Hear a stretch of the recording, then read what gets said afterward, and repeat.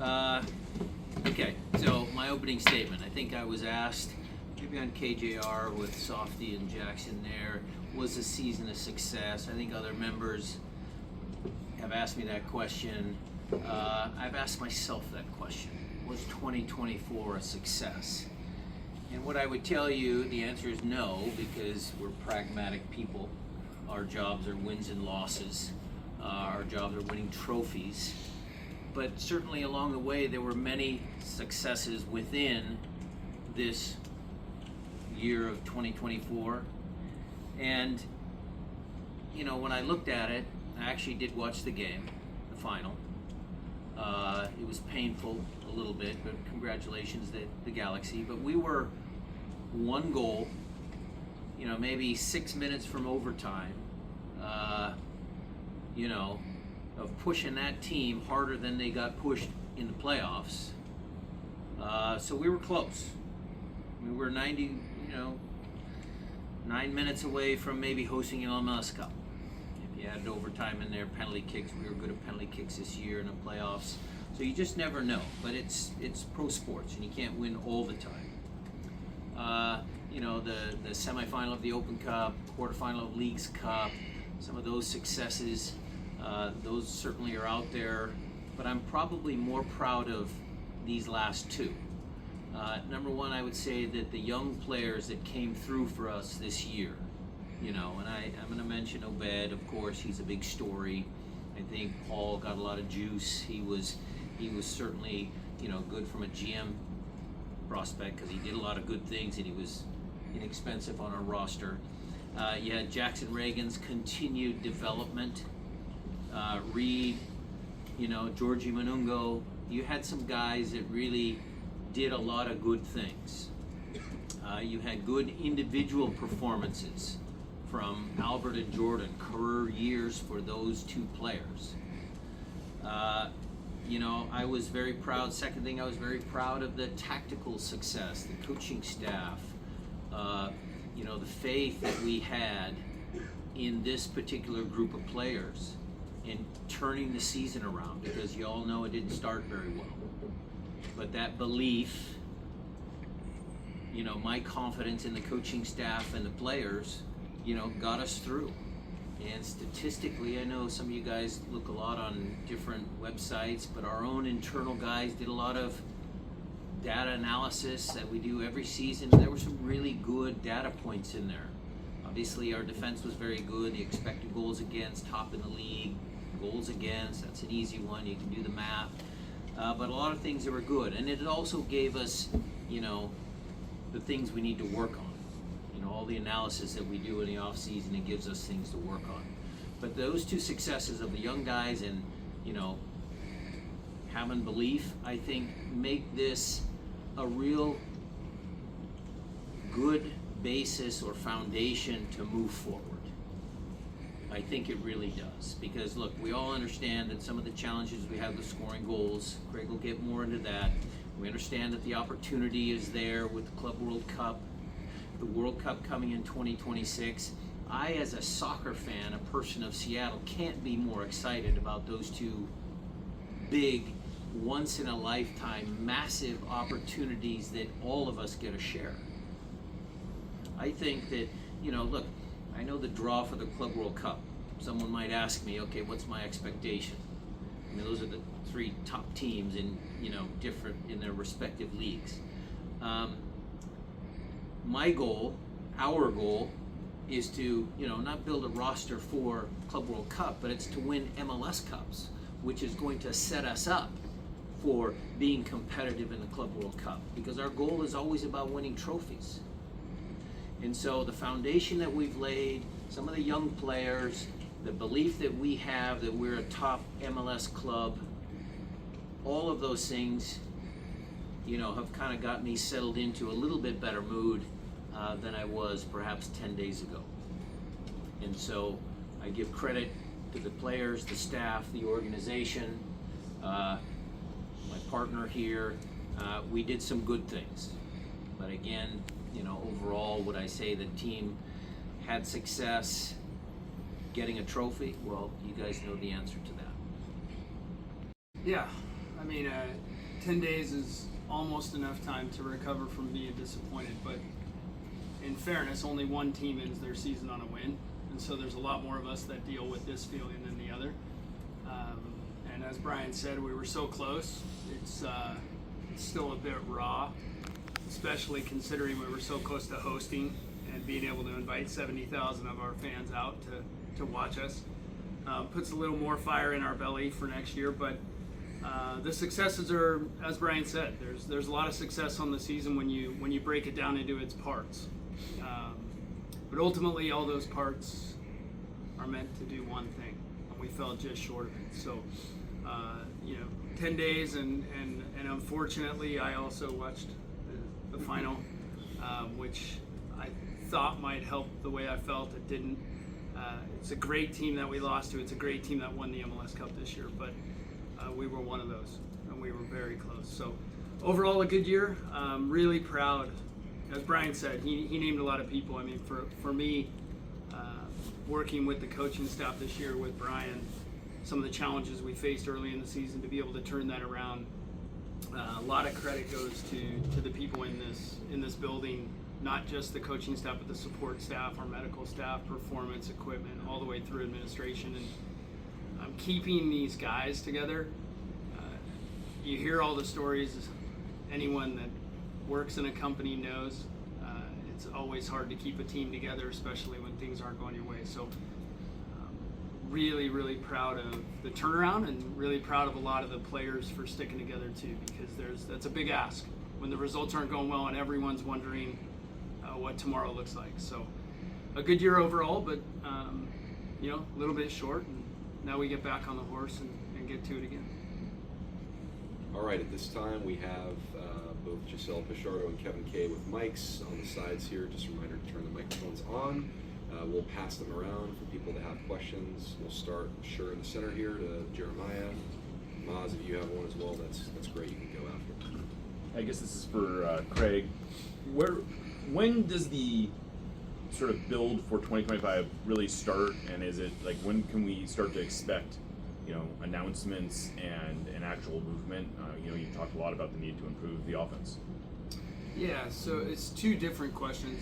The build for 2025 starts the day the summer window closes. I mean, genuinely, my job changes from building for 24 into building for 25.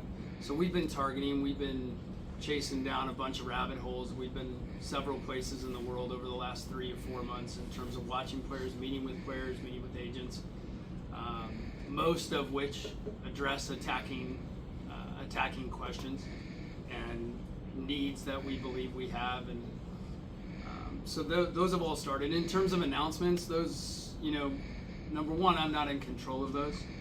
Even if a contract gets done, that's when I hand it off and I say it comes out whenever.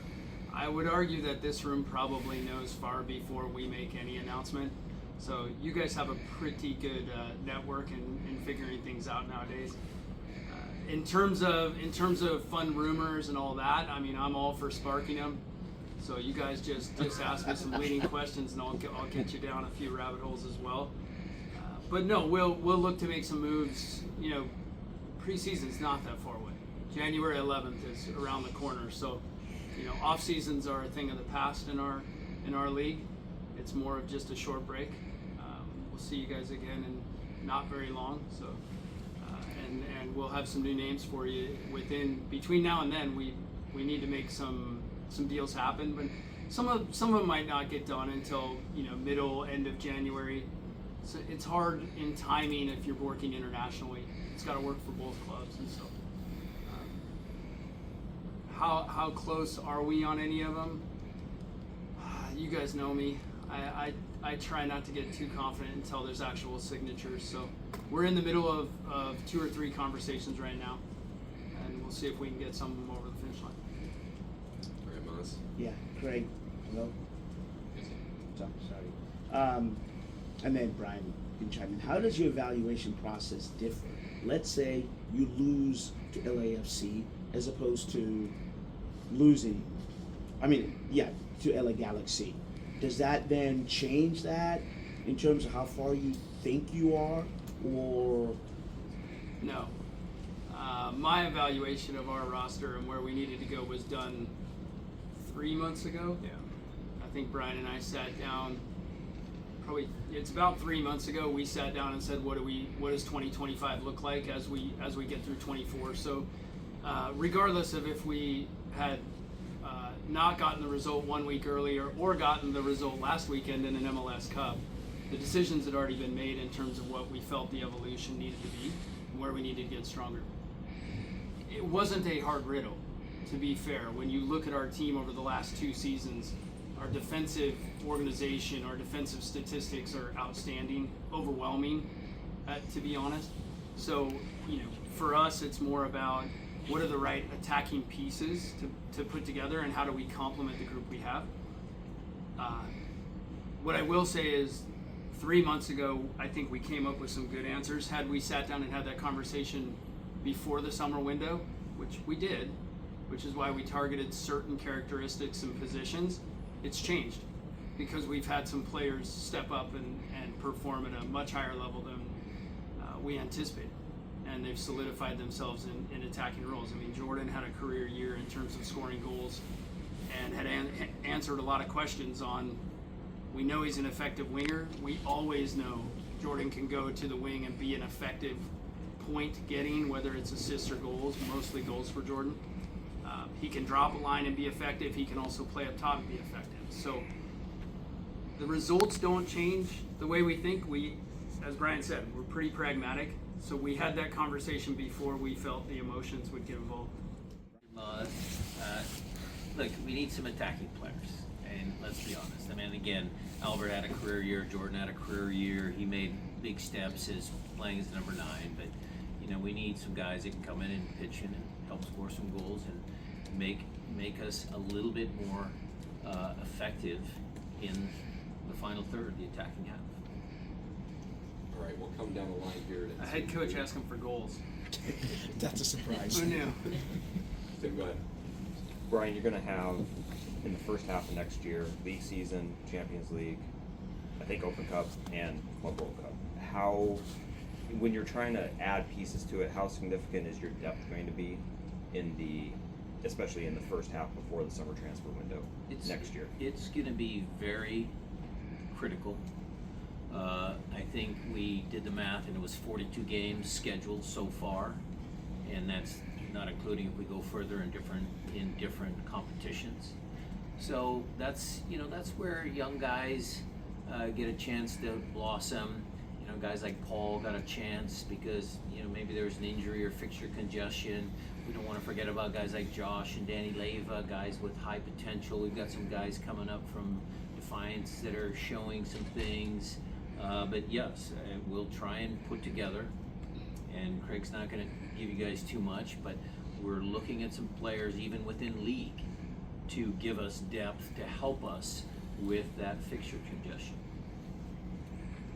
It's to be clear, it's 42 games in 8 months. And when you subtract a couple of these competitions blocking out MLS calendar opportunities, it's highly congested. And so you need to build a roster that the coaches are comfortable with, putting guys on the field, different formations, different opportunities, different tactics. So some of the profiles we're looking at, hopefully, give us the opportunity to challenge, for the coaches to look at different ways to approach games as well, because it's a lot of games in a short amount of time. I wonder if you could just update what are the ongoing conversations with Albert Rusnak like, and also Joao Paulo, and if you could kind of just update on the situation going on there. Yeah, I mean, look, we love both guys. Albert had a great year. Highly interested in bringing him back. He knows that. We've had good conversations with Albert, so anticipate a good resolution. But again, going back to, it's not done until it's done. So we're still working on some details on that one, but I would anticipate being able to find a good resolution. In terms of Joao Paulo, we're still evaluating what his ambitions are, what his priorities are, and do they match up with ours. And I know I've had some conversations with his representation. I know Brian has spoken with JP directly, and we're just trying to match those up. And if we find the right resolution there, then mean, he's a high character guy. There's absolutely not one critical thing to say about João Paulo other than he's been an amazing sounder. And if we can find the right solution that fits with both what he wants and what we need, then every opportunity to bring him back. Do you have timelines or deadlines for either of those players? February 18th is our Champions League, so right around then. Craig, I mean, along the lines of some of the things you've been asked, I mean, it is 5 tournaments, 6 potential trophies. Beyond depth, how much of, not a need, but an obligation for you to bring a known quantity, not a high-end prospect, not a guy that's in league, but a real big name established to face probably the most transcendent year in franchise history? I'm only going to push back on one thing because there's a lot of really good players in our league that I think could fit that bill and fill that hole as well. And we're looking all around the world, but we're also looking in league because there are some high quality players that could be available. So we're making sure to look everywhere under every stone, if you will. We have a great core of young talent. We've established that over the last multiple years, right? I think this year we had players from our own development, whether they're immediate homegrowns or guys that went to college, came back, or even new who came over and went through our development system with Defiance. You know, you look at the core minutes played right now over the course of this season, and I think there's a huge representation, well over 11, 12, 13,000 minutes played. But to your point, in a year like this where we're going to be pursuing multiple trophies, multiple platforms at the most elite levels in our region and now world, we do need to add some proven talent. We need to add guys that come in with experience in high pressure situations that are ready for the challenge, to meet the challenge, and also complement our locker room. You know, we had a really tight group this year. I think there's a lot of different ways to build teams. I think this team also helped build itself. We put him in a room and basically said, we're going to solve the tactics, the coaches are going to solve the soccer, you guys go solve the continuity, and they did it. And so we're not interested in disrupting that either.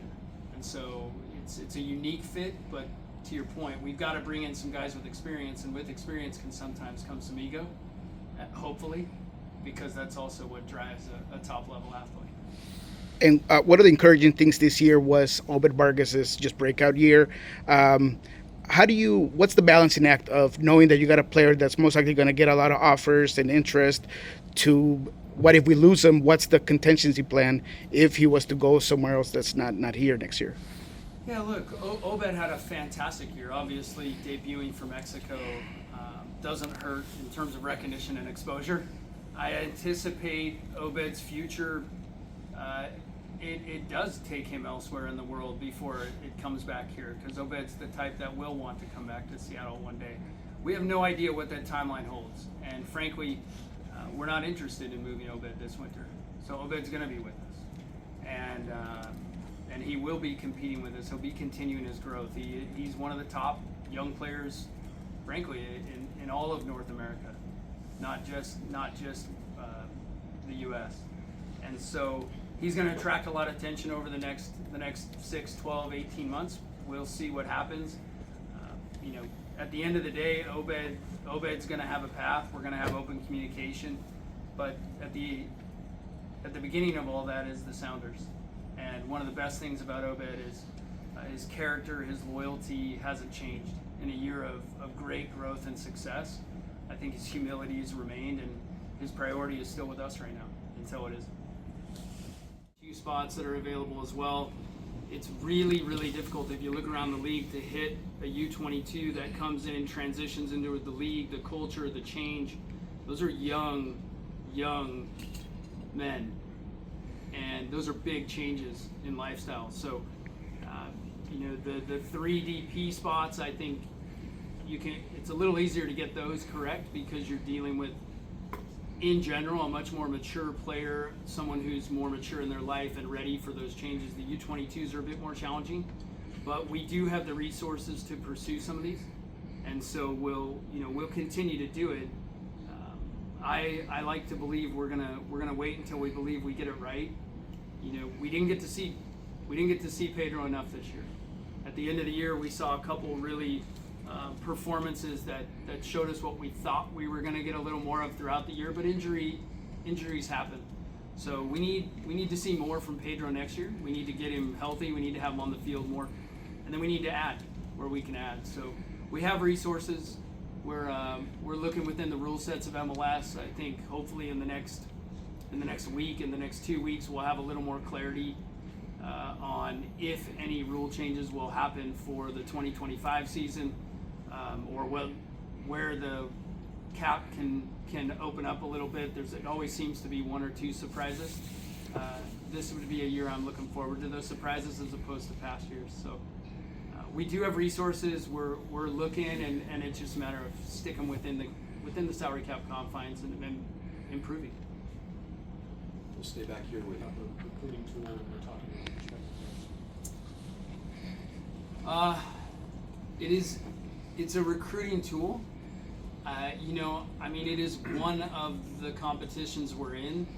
So we're not recruiting players just for a 3-week, 4-week experience. We're recruiting players to be a part of the Sounders, which frankly is competing with the best in our region of the world to try and win a massive trophy that gets us into another Club World Cup, as well as getting back to winning MLS Cups.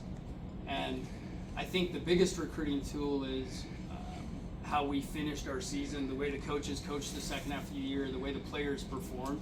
So I think we were second in points in the last 17 games, only behind Miami. The run in the playoffs is frankly a greater recruiting tool than any one competition, because players want to be a part of winning teams. They want to be a part of championship teams. So recruiting to the Sounders isn't hard when you've performed the way we did in the second half of the year, specifically the way we grinded out a result in LAFC, the character we showed there, and then the performance we put on at LA was from a tactical perspective, really a brilliant performance on the road for a second week in a row in a playoff atmosphere. I think that's what players are drawn to, is those moments as opposed to the concepts. All right, we'll stay in the back row here. We'll go to Felipe next, and then we'll come right here. Thank you, Alex. In terms of number of games throughout the year, does the numbers of games affect how you guys build the team? And what do you think of the commissioner of the league is talking about putting less teams in the Leagues Cup, adding more to the US Open Cup? Well, again, I think you guys are going to know the answers to that last part before we do, in terms of League Cup and Open Cup. I usually learn about those final things when I read one of your articles, so I'll pass on those answers until you guys tell me what those are. But in terms of building the roster, I think one of the big things this offseason is targeting a player or two that allow our staff to approach games with drastically different tactical approaches, in terms of being able to go onto the road and present a three center back system with attacking wing backs, or a withdrawn 4-4-2. Can we find someone to partner up top, and really come with a different presentation where we can play with two? These are the challenges that I face in trying to give our coaches the best opportunities to approach their season. And so we'll look at players that have profiles that, frankly, in the attacking half of the field can be partnered, but also can play alone, either wide or up top. And so as we build for all these games, for all these competitions, I think one of the important things when you're building within a salary cap and within a limited roster size is trying to provide as many opportunities for the coaches to approach games differently, so that we don't become predictable or force decisions in terms of formation. So You may have a different opinion. We'll come back. Yeah, Mike's right here. So, Brian, looking at the Club World Cup, where the world is going to have the eyes here in Seattle, how do you define success for us here in the Sounders? Well, we'd love to be competitive against, again, Brazilian champion, you know, one of the best teams in Spain, you know, the highest spending team in the world, maybe. So, look, we have to be realistic. We want to be competitive. We want to show our Pacific Northwest grit, determination. We're not going to quit. You know, maybe putting a young player like Obed on display. That might be a success, a small success, in getting a sale because he played well. I think, again, success for me is, look, I appreciate all of the fans, all of our loyal fans, all of the fans that come support the Sounders. But look, there's a subset of fans, the people that watch maybe on a Saturday or Sunday morning, or watch Champions League football on a Wednesday or Thursday. We want to engage those fans as well. We want to make sure that next summer they get a chance to see not just our group, but another group come and play. There'll be 6 competitive matches of some of the world's best teams. And so for a general soccer fan, I think that is exciting as well. All right, we'll come down here in front row to Nico Antu and then start follow-ups beginning with Tim Booth. Well, first off, congratulations on making the Champions League. I hope both of you had a great Thanksgiving.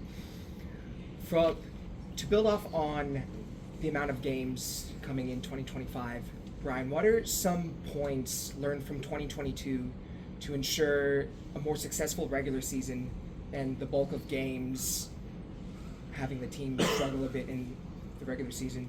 Well, 2022, we obviously had a very good year, you know, in winning the Champions League, but we learned from every season. I mean, each group is different. You know, we had a veteran team that year. We had, you know, a lot of TAM, targeted allocation players, a lot of experience. Albert Cumming maybe was the final piece. You know, guys like Freddie Montero stepping up when we had some injuries. It was a complete roster, complete team. But again, last year, some of the young guys stepped up, and it just is different. It feels different. Every year we will go in and, you know, the final outcome of what Craig presents to us as a coaching staff, what the players are, then we'll dig in. We'll start doing our jobs. We've already had conversations about what we would like, the wish list, and what is reality and what we get. We will start working in preseason. Craig's right about the flexibility part. I don't think there's going to be dramatic changes within the way we play, but there's going to be certain subtle, very clear differences in maybe how we approach different games, including some of the games against, you know, bigger opponents. You know, starting off the year with a lot of games will actually give us time to look at certain things, and you know, by the time Club World Cup comes and the last half of the season, the money part of the season, playoffs and all of that, we should have a good idea what the makeup of our squad is, what the personalities are, and how best to play. And Craig, if you could give some insight on what your plans are to replace Raul from next year and the year after, could you give us some spice on at least the country of the player, if it's an international player? We're looking all over. I mean, honestly, we don't look in one country. I think those days are long gone. In terms of the draw of MLS is much wider, and you see it. You know, with 30 teams, we're the biggest league in the world now in terms of teams. The next couple of years are really exciting. There's a lot of players from around the world that want to come to MLS. A lot of it comes down, as you would imagine, to money, and money talks, and that's where players love football, but it's a job, and they play it for a salary. And so a lot of times that's where the conversations kind of start and end, because we're still growing as a league. We're still in growth, and we have a little ways to go in terms of competing with those top tier leagues in terms of salary. So, but in terms of scouting, in terms of recruiting, we're kind of all over. You know, there's nothing that's limiting us. We're looking for specific profiles. Like I said, we're looking for players that aren't locked into one position. there's a lot of traditional nines in the world that can play one spot. And I think that profile is attractive if they're going to score 20 goals a year. And if they're not going to score 20 goals a year, that profile is limiting, and it handcuffs you as a group. And we're doing our best to not put our coaches in a situation where they've got a limited position, right? So if we think we can hit a home run on a 20 goal scorer, then we're gonna take the swing. He just said it. Look, if the right player comes, a number 9, goal scoring winger, I think there's just roster construction that needs to be in that attacking half of the field. So what we get, we will make the most out of it. We're pretty good at our jobs, and we'll get it right. Jordan's presented a really nice problem. When you have an 18 goal scorer, you better get better than that if you're going to take the swing. And so it's a really wonderful problem to have. It's a nice issue to talk through because at the beginning of the year, if you would have asked me if Jordan would have 18 goals, I probably would have lost the wager. And that's not a wager against Jordan's character or playing characteristics. It's just we hadn't seen it. We hadn't seen a whole season up there. So credit to him, because now if we're going to bring someone in up top, they better be really, really good. And that's what we're trying to do. I mean, that's the challenge. Always get better than what we've got. And then Brian, Pedro had such a up and down season with the injuries. What did you make of what you did see from him? And then was there any sort of message or plan for him for the limited off season of trying to come in maybe a little bit stronger and to be healthier for the season? Yeah, so incomplete, and that's part of the challenges of the roster construction. We haven't seen Pedro de la Vega that we know is in there. He showed some bright spots, towards the end of the year. He got better. He is now a better athlete. He understands MLS now. He got sent home with a very specific, tailor-made off-season program where he will come in preseason a better athlete, fitter, and we'll see what happens. Sure, Mike. Yeah, Brian, this is maybe a little bit more of a philosophical question, but you've been here since before MLS, obviously, but ever since the Sounders got into MLS, there has been this kind of idea that the Club World Cup was this North Star of we want to play competitive games against the biggest clubs in the world. And I don't know if back then there was ever any idea that you guys would actually host these games. But is there on some level, is there almost a inherent promise that was made to kind of the fans, to the whole value proposition of getting here to try to actually be competitive, to not just treat it like a we're happy to be here type of situation, but this is what we've been asking for all this time. We have to do our best to perform it. I think in my version of the history of soccer in Seattle, did I ever, really narrow it down to say we want to compete against the world's best? Maybe not. I think Garth had mentioned that a bunch of times. I think he was keen on competing in Champions League. Zig, when he was here, always wanted to win in MLS. Any game we took to, Honduras or Costa Rica or wherever we played, we always wanted to compete well because we were the Sounders, and winning games was important regardless of the tournament. I think maybe that's where I land a little bit more. This opportunity again, Jeremiah, probably won't come again in my lifetime, or maybe it will, I don't know, hopefully it would, but you never know. So we have to do the best we can to, enjoy this moment. We have to get everybody out and support the team because, again, it's a pretty big deal. I think in 2022, the final, really, really fond memories of playing here at home, 70,000 people. That was an epic night, and it was an accomplishment that I'm very proud of. The club's very proud of, and we as Seattleites, guys that have been around this franchise for a long time, understand those obligations or expectations. We work with them, Some teams might not have the same as us, but we're driven by winning. And it's not just maybe for me the particular competition, but just trying to make sure we're competitive in each one. Hey, Craig, Brian talked about the quality of his assistant coaches. Now, I don't know any of them, but are all your assistant coaches, do you have to renegotiate, or because there's some open head coaching jobs, are they all in the house? We're interested in retaining our staff. Yeah, I mean that was one thing that Brian and I talked about during his contract. As we were finalizing his contract, you know, how we felt about the coaching staff, how he felt about his staff, and so we're in conversations with all of them.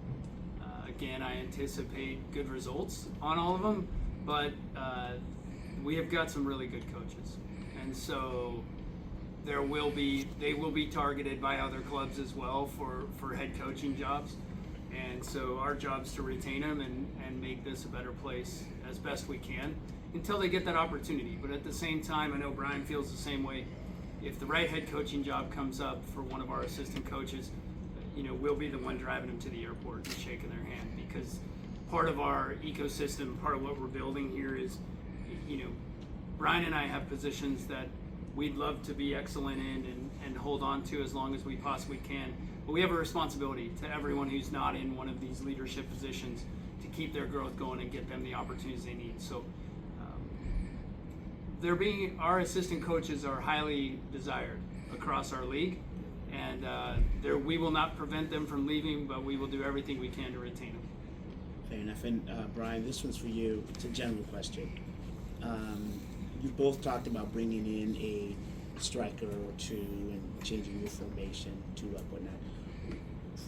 What growth do you need to see from your midfield in general, not without each person, just in general on that final third?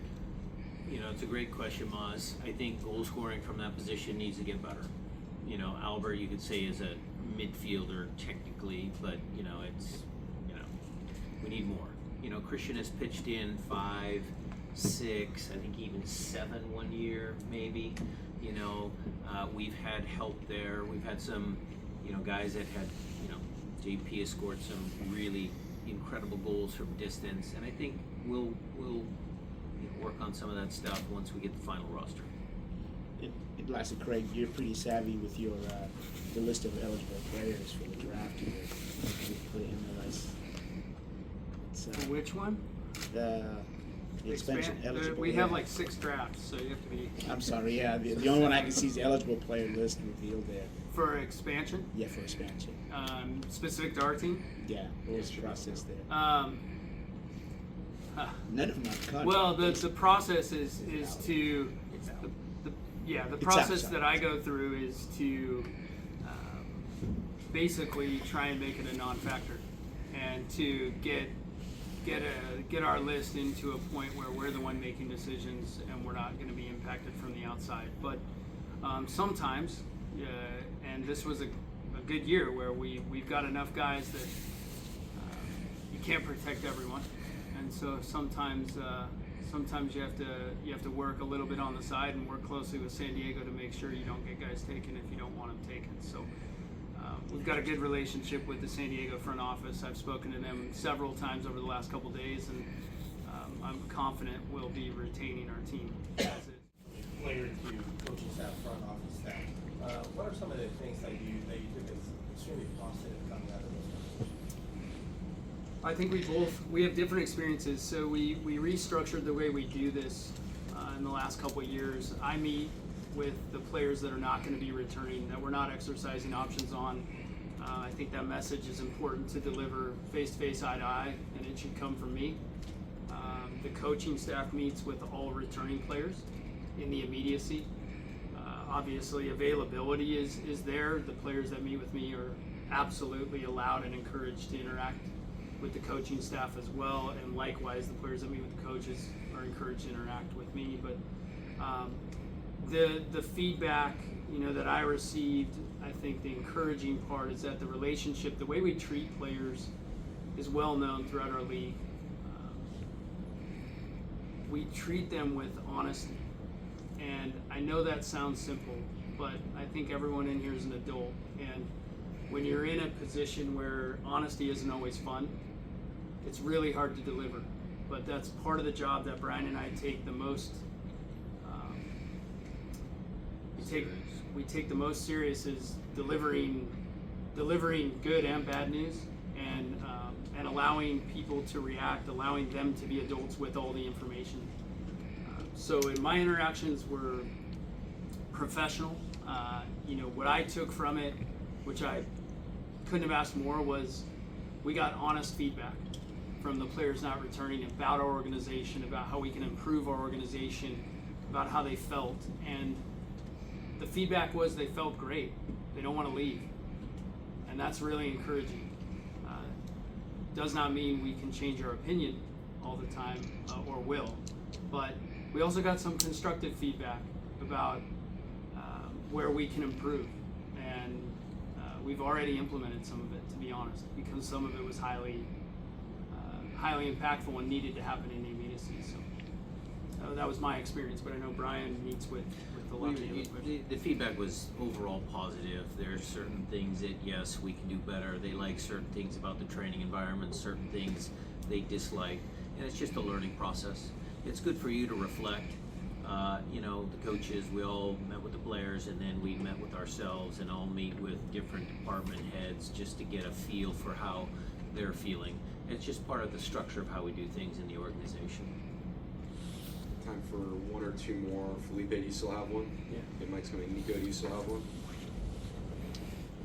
So we talked about the team and what's praying your wish list, but what about the coaching stuff that is behind it?